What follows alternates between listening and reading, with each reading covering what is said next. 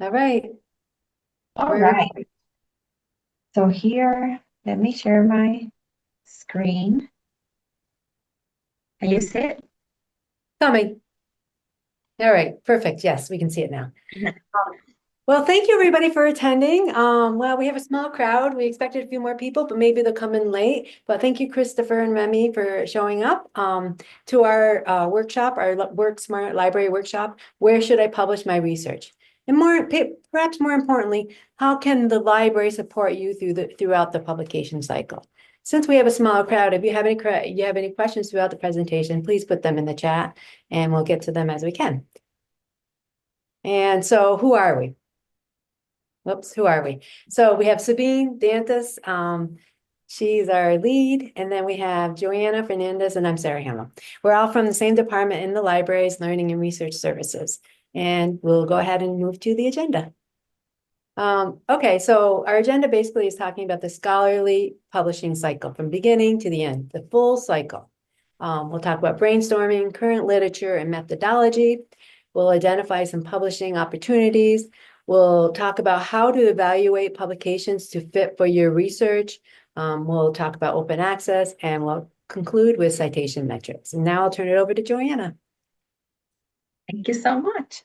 So publishing is an interesting process because it doesn't start necessarily in the moment when you submit the manuscript for publication to a publisher or to get it printed or to get it available to an online platform. It starts a lot earlier, and it's a cycle. And throughout the cycle of publication process, the librarians have a lot that we can contribute in this process. So starting from the moment when you are brainstorming, thinking if there is a need for research on this topic, or if there is an aspect that may need contribution to research because the live like practice shows you that, that is a moment when you can research the current literature, and the library databases are excellent for that. So they can be a portal to what has been discussed in the moment in the literature and of excellent ideas. There is also the evaluation process moment in the cycle when you are considering the quality of the sources that you are including. We have excellent tools to help you with that. And we also can help you with the elements of research, like the quality of your own publication, the checklist, the different standards that exist to evaluate resources. Librarians can be a source of assessment too. There is also like the fact that in some cases you have to be evaluated by peers to help with that, expediting the process, explaining the ins and outs. So we can be a source of information. And when you're ready for publication and you are figuring out where to publish, we have something that we are going to discuss today a lot about how to do that. So throughout that whole aspect of the cycle, we are present. And guess what? There is also more, because in the dissemination process, when you are like thinking where to publish, like, is this a good journal for me? Does it meet my standards? Does it need the type of publications that I need? The type of subscription, the best modality, if I wanted open access or if I wanted subscription-based or hybrid. We can tweak our tools and find you information about it. Then also for preservation, we have departments that take care about digitization of materials and preserving print formats too. And finally, there is also the citing aspect and the reuse of the information. Guess what? All that information that you publish and that it's out there in the literature, it has been indexed and is somewhere tagged in databases and made recoverable by colleagues like us. So just keep in mind that this whole cycle, it's a lot more than the moment when you reach out to us for publication support with research and finding the right articles for your literature. So today, hopefully, we are going to expand on that.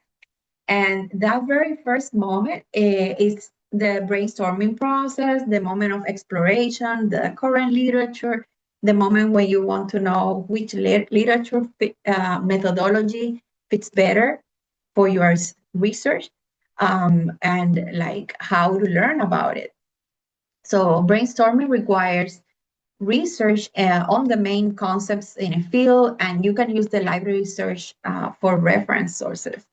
We also are going to be exploring the literature, which is going to be an ignite moment for ideas and apply from your professional practice. And you can also offer, look for databases that are great to look for ideas, minding maps, etc. So what I'll do now is that I'm going to move over to my browser and show you one of these databases that it's an excellent source for that. So when you're researching the library and you want to look for brainstorming ideas and concepts, etc., you can look for Credo. Credo, it's a great source, and you are going to be within the library's homepage. We have different navigation tools. So if you want to explore using the A to Z database list, you can do that, or you can go directly to Research Start, which is a little tile that we have linked here for anything research associated. It's like the portal for research. Under the A to Z databases, or actually right there up front, we had Credo.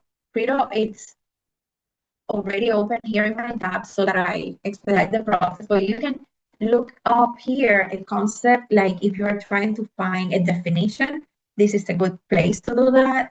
Or also to use, for example, like if you're looking for education and technology and you search for that concept, the database will display not only excellent reference resources with concepts and information on that topic, but it will also associate it to different fields. So you can say that you are interested in education or technology, but only under education, so that you get rid of, all the other concepts. Also, under the concept map, this is a visual that it explores the concept in narrower and broader terms.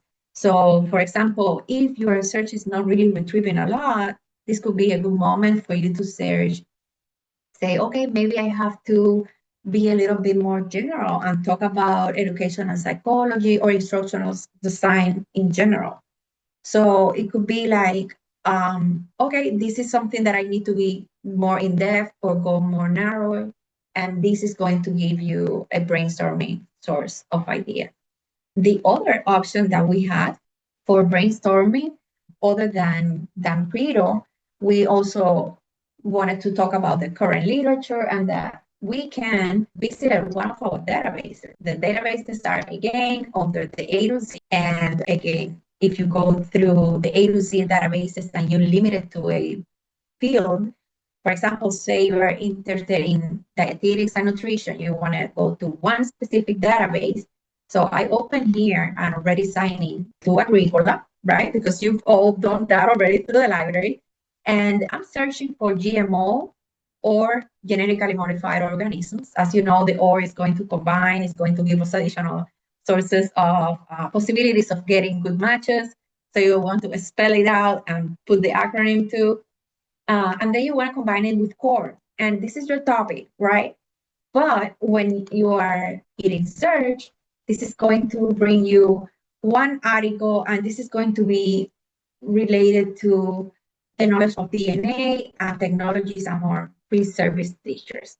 This is one topic that what this is telling you up front is that, okay, so something needs to be modified in my search. I may need to narrow it, I may need to broaden it, but the details in the search, for example, the subject terms, could give you ideas on what if by searching DNA or the specific keywords that I was using, I was limiting the search too much, and I could now instead search for something like genetics.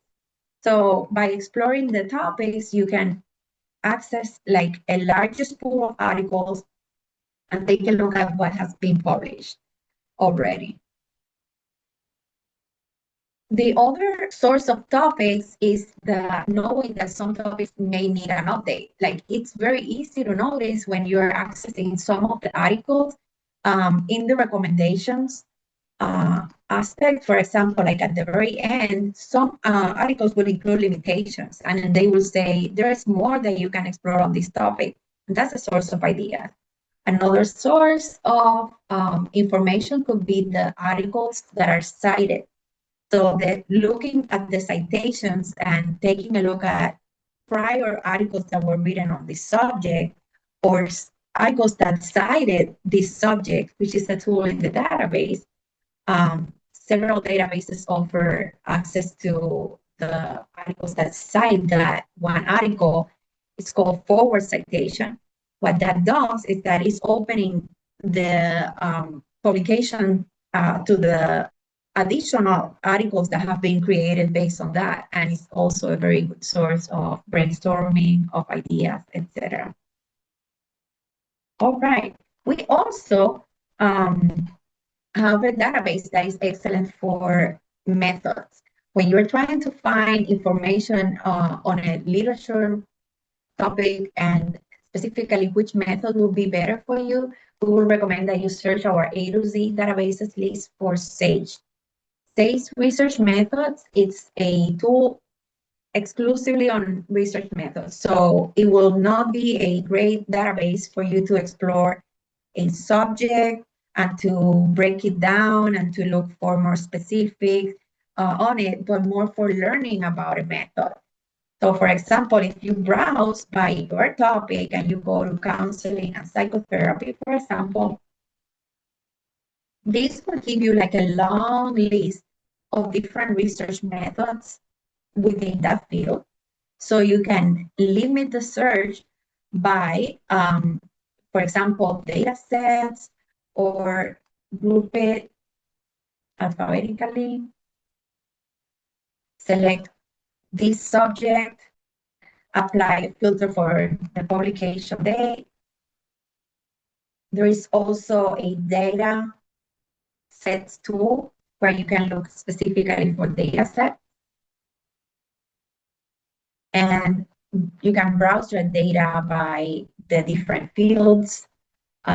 Use a tool that is for like a mind mapping tool that they also offer.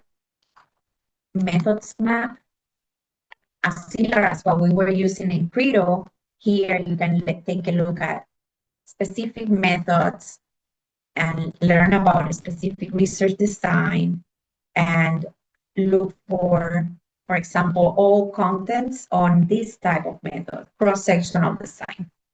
What this does is that it's going to pull all the cross-sectional design cases that I have, and you can still like limit it by content type, by disciplines, and by products.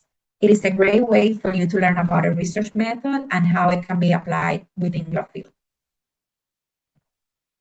And with that, I'm going to leave you with Sabine. Okay, so as we dive into the publishing cycle, we're going to continue on to step 2, which is identifying and evaluating publishing opportunities, which is so exciting. So the key here is to identify where your work fits the best. And I would encourage you to think beyond just finding a journal, but consider the other publication types as well that might align with some of the research you've been doing or some of the writing you've been doing. So this can include trade magazines, online platforms, or just even conference proceedings. So remember, each audience or publication type has a different audience and impact level. So you really need to evaluate which one aligns with your goals and the nature of the work that you've been working on or you've been writing. And so it's not about finding a place to publish, it's about selecting the venues that can amplify your research impact and reach the right audience. So let's identify some potential journals for your research. So when you're identifying potential journals for your research, you want to make sure you ask your faculty or your colleagues or your peers for recommendations. They can really be like great resources for insider knowledge in your area, in your domain. So they can also, next, you're going to search for literature on your topic and compile a list of relevant journals. And that step will help you understand where similar research is being published.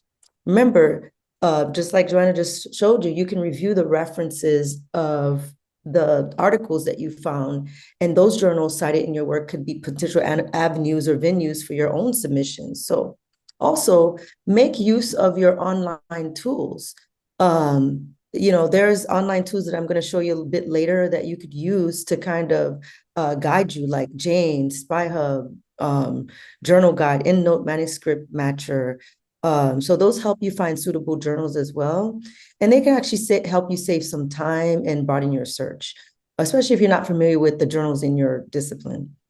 So also, don't forget to check policies in Sherpa Romeo for open access and self-archiving options. And these are in these things too as well, and the other things that I've told you, the other tools, but this one specifically does that. And it's really important to kind of check that.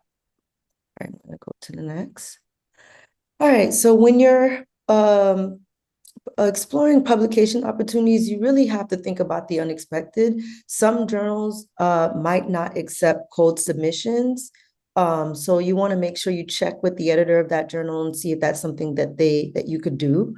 And sometimes they call it unsolicited submission. So and some journals have really long publication cycles and wait lists to get published. So make sure you consider those factors before you choose that journal.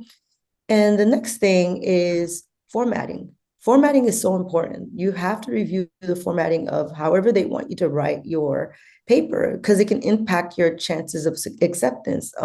I've served on editorial boards before, and a lot of times people didn't get published because of the formatting, because there was no time to in the space of when we need to be published and go through the peer review process. So really double check the journal's guidelines and try to make sure you have tightened up your formatting, in other words.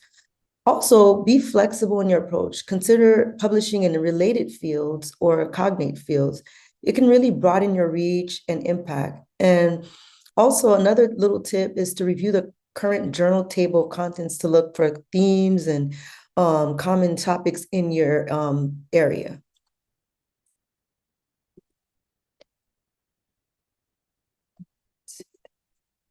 So when considering other publication types, there's, like I said earlier, there's a world of opportunities beyond the traditional journal. So you have conferences and workshops. These are like really great platforms for presenting your work and receiving immediate feedback from peers and scholars in the field. So they're not just for networking, they really help you gain insights into how your research fits into the broader field sometimes. And I've had, when I've submitted, a conference paper, I've had really great conversations with professors outside of my university, where they were talking, giving me feedback, and it was such great feedback that I still remember what they told me to this day. Also, white papers and technical reports, they're formal, but they can be influential as well, and especially in an industry setting. And sometimes using white paper or technical report kind of helps you go beyond the confines of a journal article. And then you have your institutional repositories, which we'll discuss a bit later on, of our own repository. And then preprint servers are becoming very popular. They offer like a way to disseminate your work to a global audience. And some of it is in peer review format, some of it isn't. So, sometimes you can use it to put in your work before formal publication as well. And then also, for blog posts and social media, or, social media like newsletters, those type of things, you can really take what you're writing about and distill it to something really accessible that people can understand and engage with like a bigger audience than the audience that you're, a technical audience. And then don't forget about the book chapters and the books. They provide a really great opportunity for exploring your topic in depth and reaching audience that would prefer to read a book for a comprehensive narrative. And with that, I pass it to Sarah.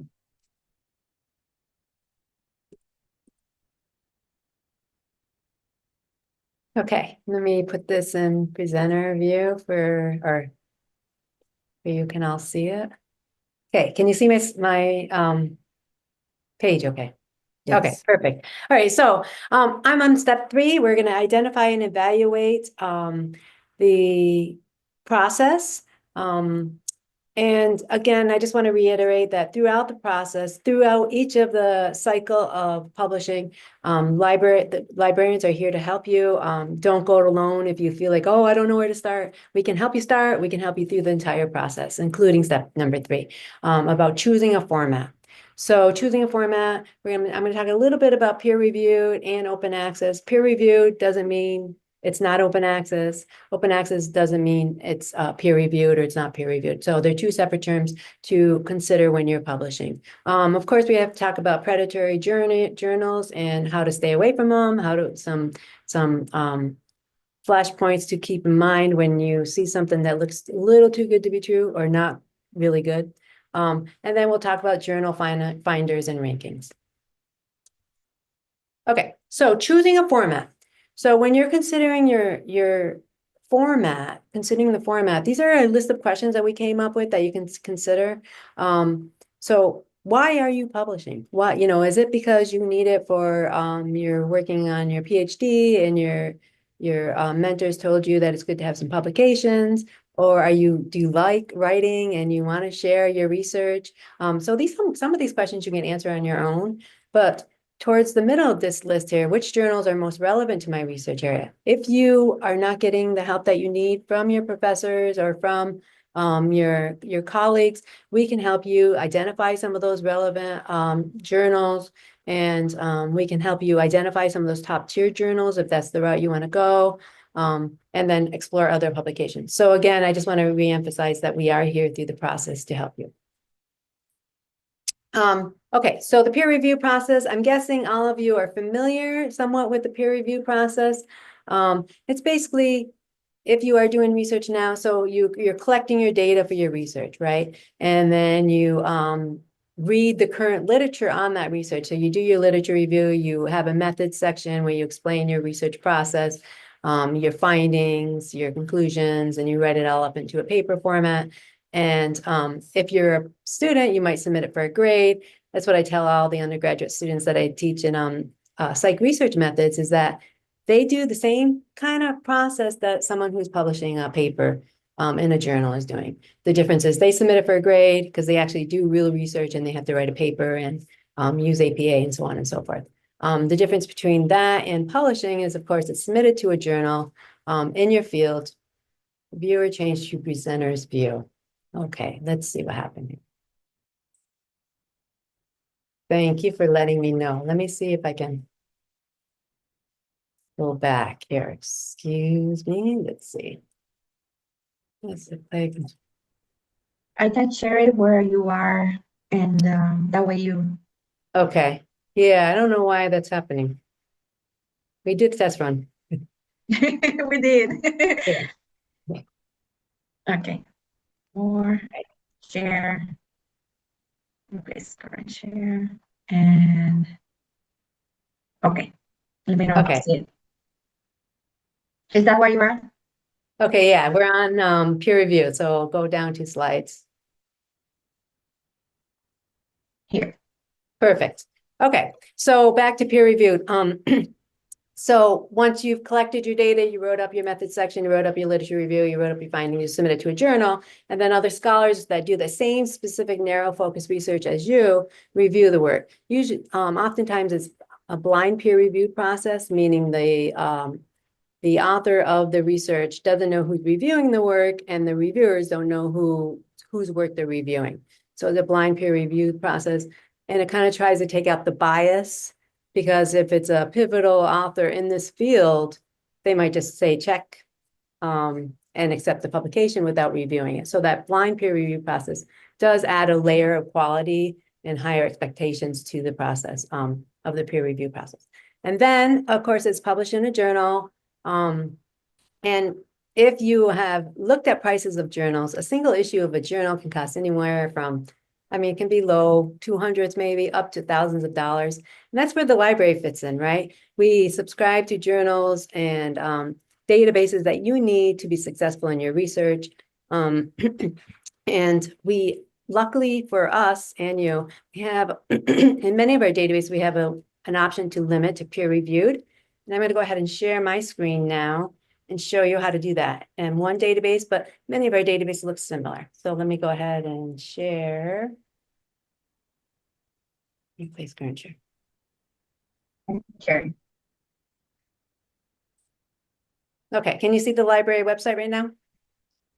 Okay, so this is the library website. We already went through this. I go to Research Start. I'm going to just go to Subject Resources and then just click on a subject area, psychology, for example. Of course, you pick on your subject area.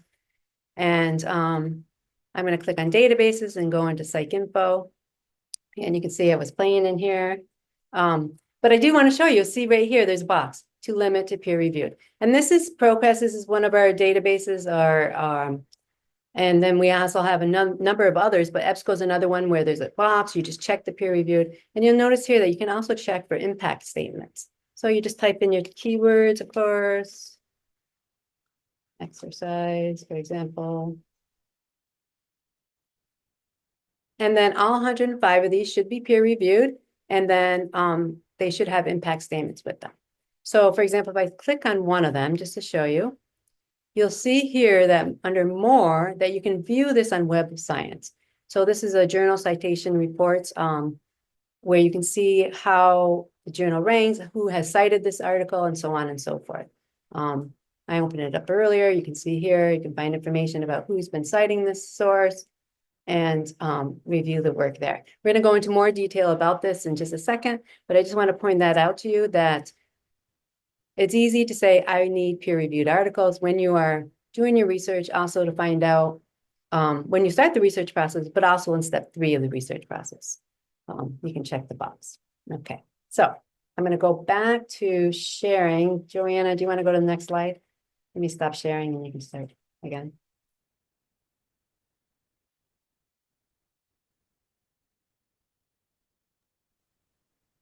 Is it? Oh, I okay. Hold on a second. Sorry, I'm not sharing. We did really practice this twice. I know.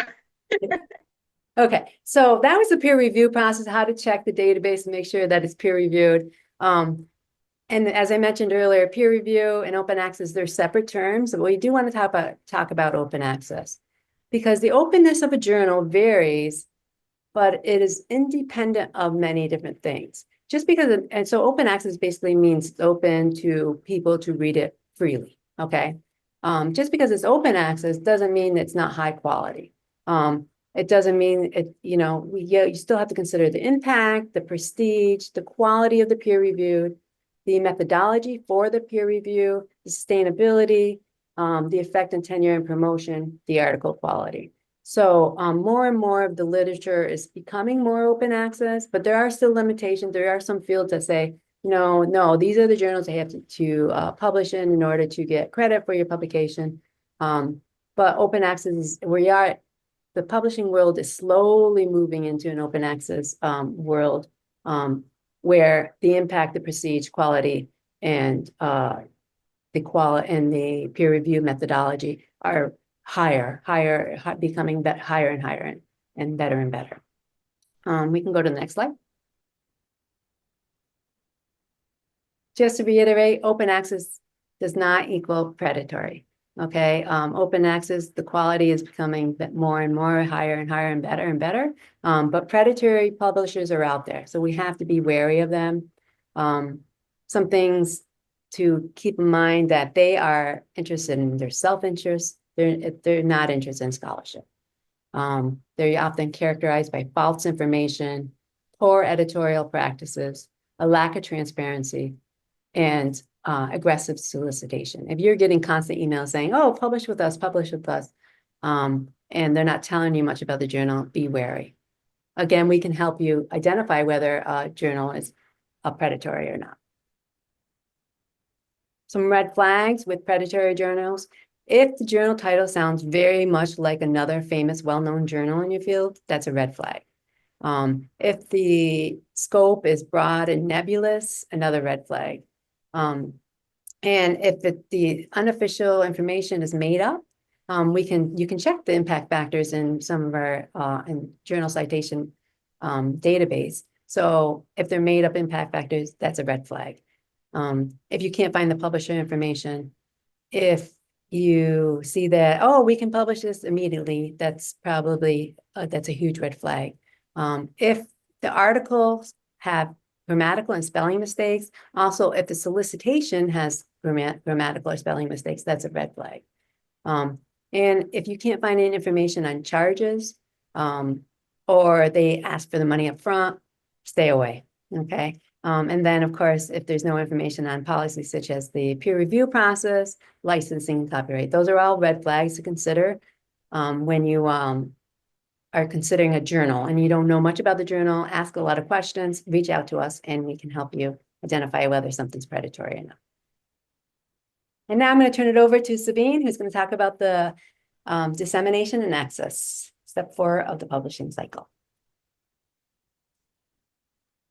Okay, so we're transitioning from discussing the predatory journals to the publishing process itself. So, you know, we've kind of, it's just basically, this is the step where you want to share your work with the world. And the key is just choosing the best publishing path or the right journal. And I won't talk too much about the other publishing paths, we'll just focus on the journal today.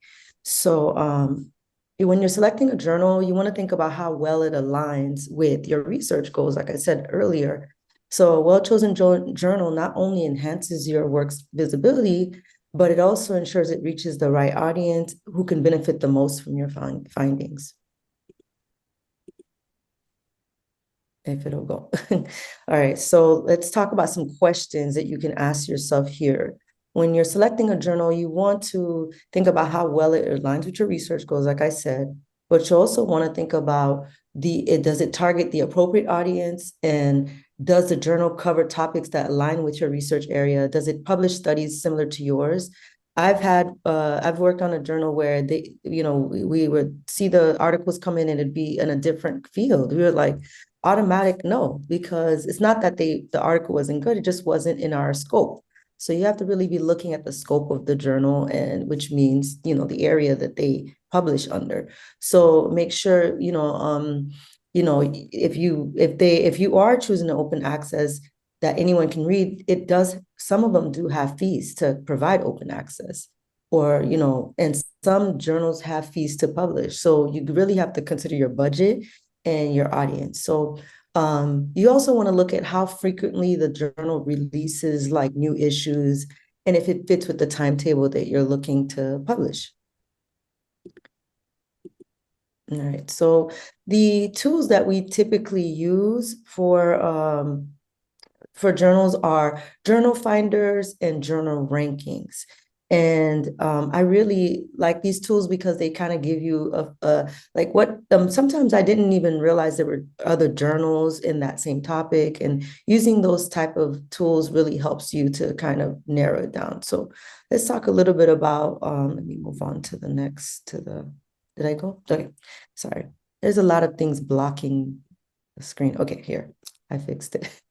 All right, so there's some tools that you can use that, you know, based on your abstract, your title, or just some keywords that you put in, that it can actually suggest some, you know, journals that you can actually find. So that's what they do. They help you match your manuscript with the right journals.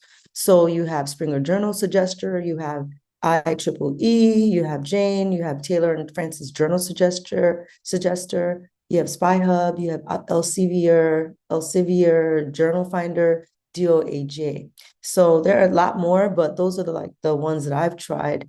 I noticed like with some of them, they're more science-based and some of them are more humanities-based. So you really want to go through the different ones and see what it gives you. Sometimes it's spot on, sometimes it isn't. So, so I have tried, you know, all of them for different topics.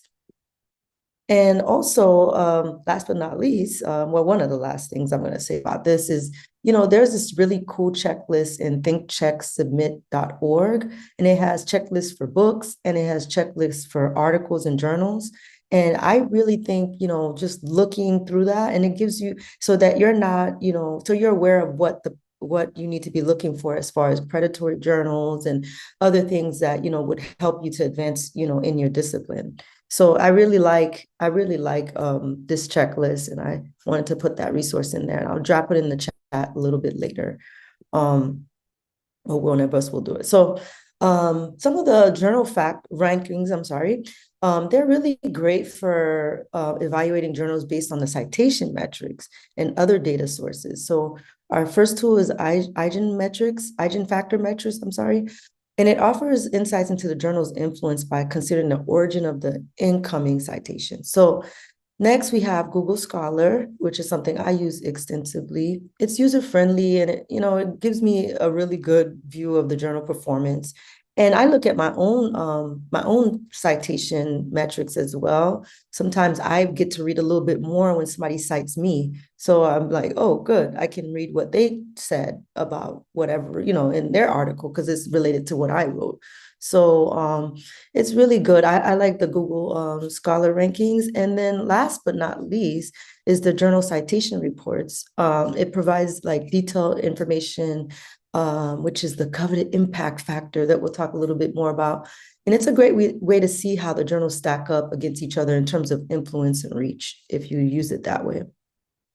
So I'm going to do a quick demo on the journal rankings in action, and we're going to just do journal citation reports, and we actually have this in our databases. So give me a moment. I'm going to go to our databases and show you what it looks like. All right, maybe share.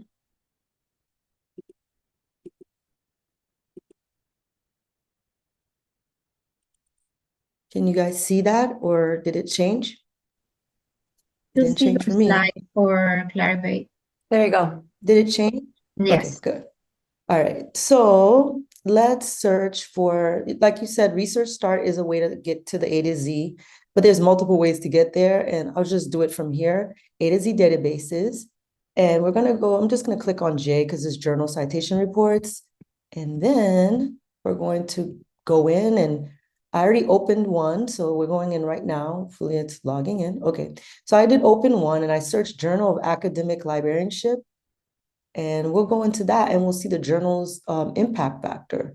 And these are, calculated like with this. We'll show you the way it looks, but it's this is the impact factor, and some of the recent articles the highest count articles that have been cited by the journal itself. I mean, not cited, but cited by other people. And then it kind of goes, you can kind of see there was a dip in 2020, and it's coming back up, and, it dips again. So there's that. And then you have all the citations across the lifespan, the past year of the journal. And then it kind of goes into a lot of details. Some students have needed this for assignments, and I've helped them kind of look through and help them find their journal that they needed to, assess for their assignment. And then you have, I don't want to skip through anything, but then you have your, your citation network and all the things. And it's just a lot of who's citing the journal, it's, people in the journal, there's people outside of the journal as well, other journals that are citing the journal. And that kind of gives you an idea of who's, where else you could publish, these are the ways I've found out other journals and other things that I could publish from. And then you have all of this other stuff, where's the journal being, this journal has been cited by the State University System of Florida, not contributed, I'm sorry, the contribution, sorry, I'm stuck on citation, sorry. But and Cal State is another one that, has contributed to the journal. So it kind of gives you an idea of where, you're getting, contributions. You have USA as the main, and then you have China mainland, and Pakistan, and Canada, and Spain, and Nigeria, and it's all over the world. And it kind of shows you a lot of metrics that are important to, in some ways, depending on where you want it to reach.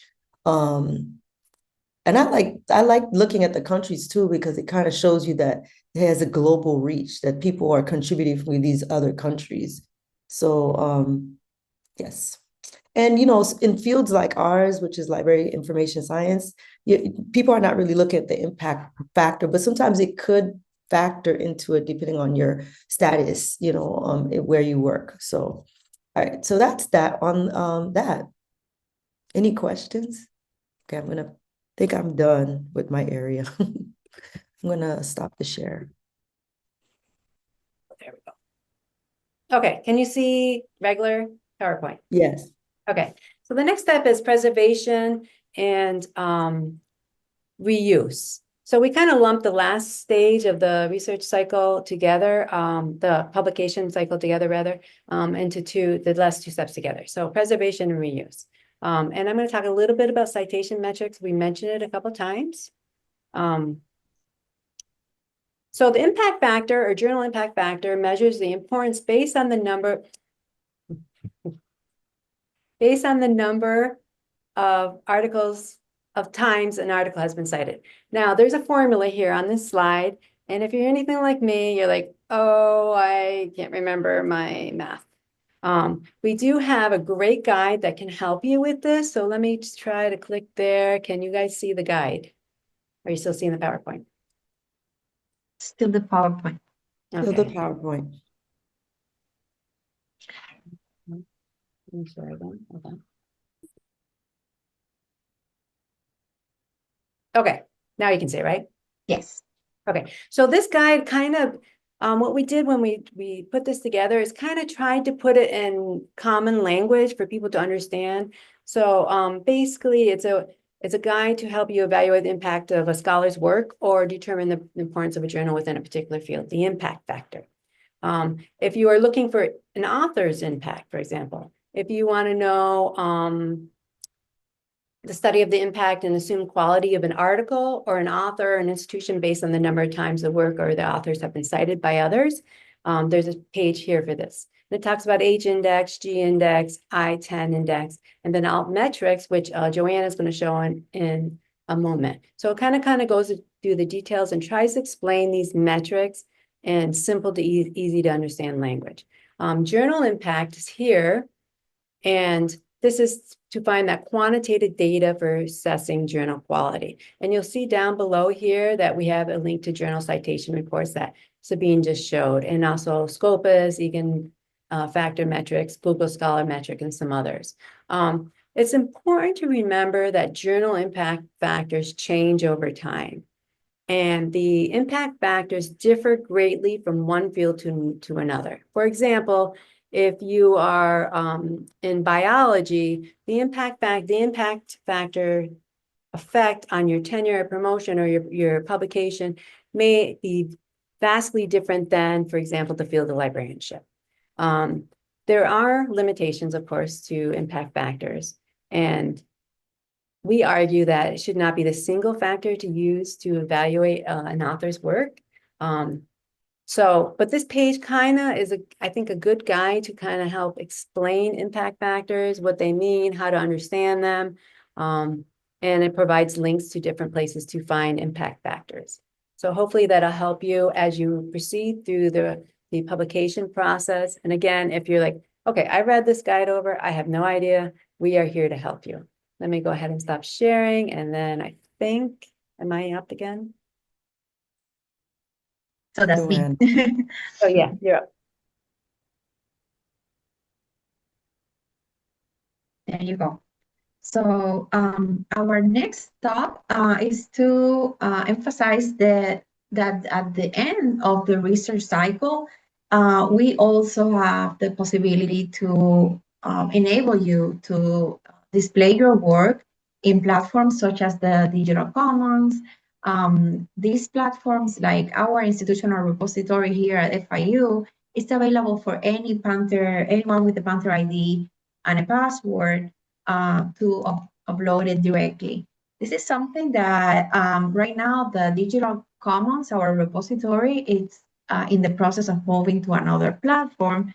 However, while everything is still here, you can still upload your publications. Any paper that you have published, if you get the permission to republish it, you can always upload it yourself, or you can access one of the repository managers, depending on the collection. So this is something that when you click on contribute your work, you will, get redirected to either option. The other interesting thing about displaying your work in a repository like this one is that it is going to have worldwide visibility. It's open access. Anybody will be able to see it. And you as an author will receive monthly reports. You will actually get to know more about like where is your paper actually getting downloads, the number of downloads, etc. And within the record, say if this is your article or the publication that you uploaded, you are going to see a number of downloads. You are also going to have access to PlumX metrics. So if it's like an alternative type of metrics where if this has been shared in social media, Facebook, LinkedIn, that type of republishing that goes under the status quo of the databases, right? Like these databases that we subscribe through the library that are cost-based, but there's also the social media free linking and sharing of our articles. This is something that gets captured for the alternative metrics, and that's something that the record within the digital commons includes. So there's so many benefits. I don't think I don't see any negative of uploading your paper here, unless, of course, it's a copyright issue. Just make sure that you have access, all the rights to republish it here, and make sure that you reach out to us. We have a digital collections department that can help you with that if you have any questions. Okay. So with that, we are open. We open the floor for questions. Please let us know if you have any questions regarding anything that we have covered today. We understand it was a lot coming at you and quickly and a couple bumps in the road. But please ask questions. We have time. Yes.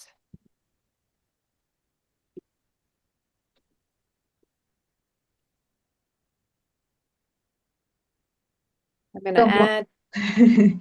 While you're thinking about questions, like a frequent question that we get through about the publications here in the digital commons is like, is this something that it's going to, harm the visibility of my paper? I think we're getting questions. Just thank you. Okay. Thank you, Remy. You're welcome. But we get questions regarding publishing in the digital commons and questions related to if this is a process that somehow gets you in trouble with the prior publication. As I said, it has to do with how you have, what type of agreement you had with the publisher of your prior document. And the digital commons is a platform that allows you to publish things partially too. So you don't have to necessarily, if you don't have the right, the copyright, publish the full text, but you could just have like a slide, like a record with the general information, the abstract, and the all the metadata about the title and the authors of your work with the URL that is going to be stable that you can add to your CV and say this is a stable link to a publication. It's a reliable link. Joanna, Remy has a question. We got a question. Yes, go ahead. Isabel has a question in the chat. Do you need permission to Yeah. add your thesis or dissertation to the repository? The permission has to go, it goes through each one of the colleges and schools.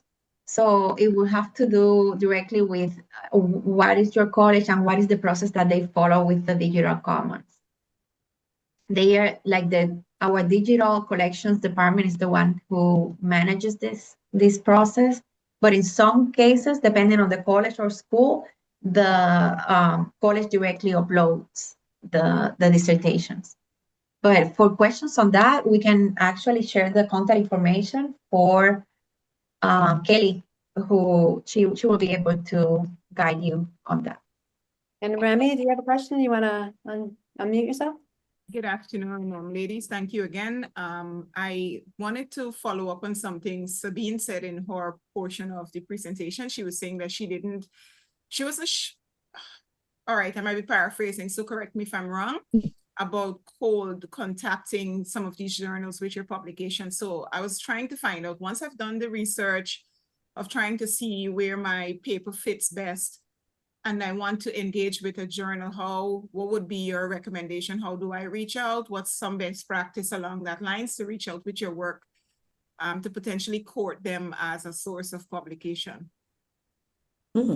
Well, I will answer this. I know the other ladies have had experience publishing as well, but I personally reach out to the editor. I know that sounds like unorthodox to some people, but I have, and that's their job. And I'm like, this is what I want to write about. Is this something you could see, fitting in? And they said, yeah, we would love that. And I've also done it with people that are, in a conference. Like I've actually reached out to an editor while I was there twice in a conference. Like I was like, hey, I know you're the editor of this thing. This is my idea. What do you think? And they're like, oh, perfect. And also looking at the website itself, there's news as to what they're accepting. Sometimes they're accepting right now and you don't even have to talk to anybody. You just look at their criteria and you submit. So I've done it all those three ways. I feel like there's no wrong or right way. You're a professional that's trying to find an avenue to publish. So there's nothing wrong with reaching out to the editor-in-chief or whoever you know. Sometimes you do know people because it's in your field. You do know somebody that's in that journal. You can reach out to them like, what do you guys think of this? They're not the ones to do the peer review by no means. So there's no conflict of interest to ask, and sometimes editors here see something, I don't want to say see something, but sometimes they see your work and they're like, would you consider doing that? And I've had editors reach out to me on LinkedIn and say, would you consider writing for us? And that because you present at a conference and they're like, I'll reach out to you after. And they've emailed me or reached out on social media and said, hey, I saw you at the conference. I would love you to write an article for us. Or, someone will say, we're writing on something very similar to what you've been writing about. Can you submit? Now, they're not giving you a guarantee, but they're telling you like, you're writing about things or talking about things or speaking about things that are related to what they're looking for. Yeah, that comes with time. Yeah, go ahead, Sarah. Sorry. Oftentimes the journals have special issues like dedicated to a specific theme. I get a lot of email coming at me saying, oh, the theme of this journal this month is such and such. So I don't know if you're linked in that way. I mean, that's another way to find out types of publications best fits. I hope that answered your question.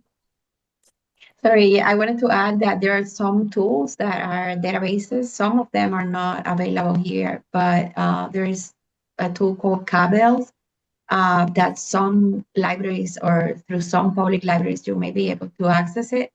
And it could also like give you publication, like the speed of publication or the acceptance ranking, so that you could maybe just select, customize the tool so that it gives you the ones that are more open to accept it, while sometimes you want to lean towards the center and go with, journals that are more difficult to get published by, but at the same time, because of the quality and the acceptance level kind of match.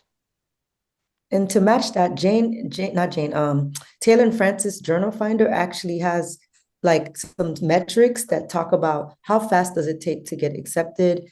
Some of them are very fast, and the acceptance rate as well. So if you go into Taylor and Francis, I searched some journals that I would like to be published in just before this, and I saw that there was like a fast turnaround with some of them. Some of them had a short turnaround, but I can put the link there as well, and you can kind of see. And then I think also there's some of these tools have like the contact information for the person, for the journal, or at least a website where you can get to the journal. When you use journal citation reports, I've actually been able to open up the actual journal website and been able to do that. So that's another way of, but that Taylor and Francis Journal Suggester was really good. And some of the other ones as well, they have metrics that say that specifically, like. I put that slide content in the chat, so maybe you want to click on those. Great, thank you, Sarah, too. And Sabine, thank you. I have a follow-up. I don't know if where I am in the journey, I am transitioning to candidate, but also, sorry, I shouldn't say transition as yet. I'm working on my candidate exams and so forth. And so at this stage, I'm more, a little bit more confident now that I can approach conferences and present some of my work. I feel like I have something that I can say and contribute in the early stages of the journey, while people might have been going out there and present. I felt, that I didn't have much as yet. So now I'm on that track. The thing is, the point that you were making earlier that, at conferences, you might meet people who are telling you, hey, this is of interest to me. I can see us collaborating in the future. Are there any, best practices or, words of caution about, dealing with people who might not be, they might say to you, hey, I am interested in your work, but then at the same time, that comes at the cost of you being a second or third author, and your work is the substance of the publication, but you don't yet have a reputation, and you're trying to piggyback off of somebody who has a reputation. I don't want to say being predatory, but I am not trying to be naive as well. Also, and I want to balance that out with another question by saying, my personal view is that at this point in my journey, I don't want to be worried about, the journal's status as yet. I feel like I want to get my work out there, and then hopefully once I've built some sort of a reputation, then maybe I can go for some of the higher metrics, but just getting my voice out there. So that's really my concern right now, how to navigate, of course, I get your feedback on searching for journals that are fits and reaching out to editors and maybe hearing from people. But just on the first question, what are your insights on navigating those kinds of approaches where people might say, hey, I like your work, we want to work, but we could work together, but, and if you have to decline, how to do that? Likely we're not putting yourself in, some sort of a blacklist and those kinds of things. I don't know. Sorry That's for so rambling. interesting. No, Yeah. Sarah, do you have, like, I'm trying to think it through. I've had so many different scenarios with, I've had people be mad at me at conferences, like people that were scholars I respected, like especially in the education side of things, because I was saying something that didn't agree with what their philosophy was on it or whatever. I feel like I don't want to be naive either, but I have to say that most people that are predatory, you can see it. Like if they're going to say, hey, I like your work, if they're giving you advice to make your work better, but not saying anything beyond that, then that's the person you would want to. But the people that are predatory are going to be like, hey, we should work together and we should. I mean, if they say if they don't have an avenue to publish, that means they probably want to either be a second co-author or kind of combine, the research together. That could be that too, but you have to kind of be smart about who you collaborate with, and it's best to collaborate with somebody who could elevate you. If you are going to be, the co-author, but if it's your idea and they're supposed to be the second author. I've never reached out to a colleague to present, and they put themselves first, never. And that's just like, I'm sorry to say that, but like, that's not common, in the scholarly world. Like when I've reached out to my colleagues, say, hey, let's present, let's write, my name was first because I'm the one who approached it to them. So the second thing is there is that aspect of sometimes you will get negative feedback, from a scholar or someone who's like, well, I don't agree with that, or, and that's something that might happen then too. But more often than not, people are aware of, they're more aware of it. So, that this is a scholarly conversation and you're a student and that your voice matters. Sarah had something to say. Yeah, I will say this hasn't happened to me, but I know I have a colleague that it did happen to. She was there was 3 or 4 people publishing a book chapter, and it was understood that she was going to be number 1 for the chapter. She missed one of the meetings. She was replaced and she was moved to either second or third author. And what she did, and I don't know that I would take this tactic, but when I was collaborating with her, she made me sign a contract. She said, based on my experience, I want you to sign this contract saying basically that we agreed that, I'll just say her first name, Joanne, not Joanna, Joanne, will be first author.